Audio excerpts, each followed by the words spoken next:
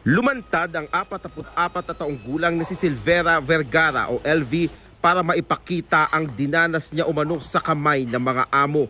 Taong 2017 nang manilbihan si LV sa tindahan ng mag-asawang Jerry at Franz Ruiz sa Mamburao Occidental, Mindoro. Noong una ay maayos ang trato sa kanya. Pero pagsapit umano ng taong 2020, pinagbintangan umano siyang nagdakaw ng pera at naglalagay ng mga hindi magagandang bagay sa pagkain. Ginaganon po, sinusuntok. Para daw din na po ako makakita. Yung po sa freezer, lagi pong inuuntog nila ako. Minsan po, pinapaso nila ako sa apoy, sinusubsob nila ako sa apoy. Sa may kalan. Tapos po, binuhusan pa ako ng mainit na tubig. Kahit ang minor de edad na bunsong anak ng kanyang amo ay malupit din umano sa kanya. Nahampas ng hanger at ng sunturon, tapos sinuntok nila ako ng mata. Sabi ko, maawa ka naman sa akin. Wala akong pakialam kahit mabali-bali pa daw po yung tadyang ko. Kahit ang maselang parte ng katawan ni LV, hindi umano pinalampas. Pinahubad po nila ako. Tapos po pinupok po ng matilyo. Taong 2021, nagawang makatakas ni LV at makatakbo sa barangay hall ng Barangay 7 sa Mamburao. Tanda pa ni Barangay Chairman Jimmy Patal ang kalagayan noon ni LV na anyay madungis at mabaho. Tutulungan na sana nila si LV pero dumating umano ang amo nito. Tinanong ko kung ano bang problema. Ang sabi ni Sir Jerry ay wala daw problema at susunduin na nila at ihatid sa pamilya.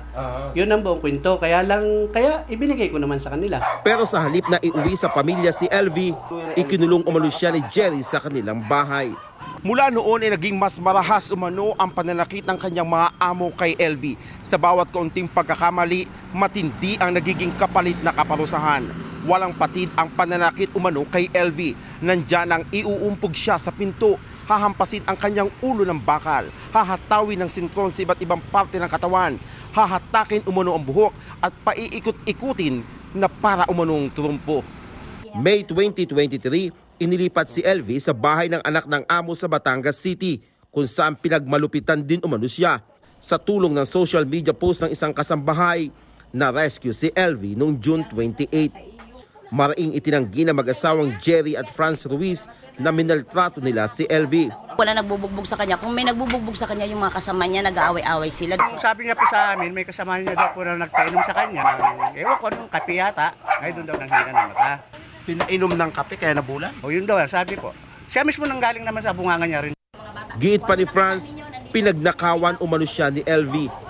Sabi niya, ate, didak mo na lang sa sahod ko. Ay, ako po bilang tao kasi dati po sa MSWD din po ako. Di ang ginawa ko sir ng ganon, sige kako, ikaltas ko na lang sa sahod mo ng unti-unti. Sinampahan na ng formal na reklamo ang pamilya Ruiz sa Batangas City Prosecutor's Office.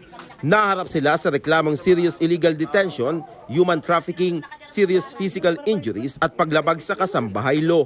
Kung nagnakaw yan, edi dapat dinala nila sa piskalya, hindi pinahirapan at pinaltrato at hindi ikinulong ng napakahabang panahon. Nagpatid na ng tulong ang DSWD kay LV kasabay ang pagtiyak ni Secretary Rex Gatchalian na tututukan nila ang kaso.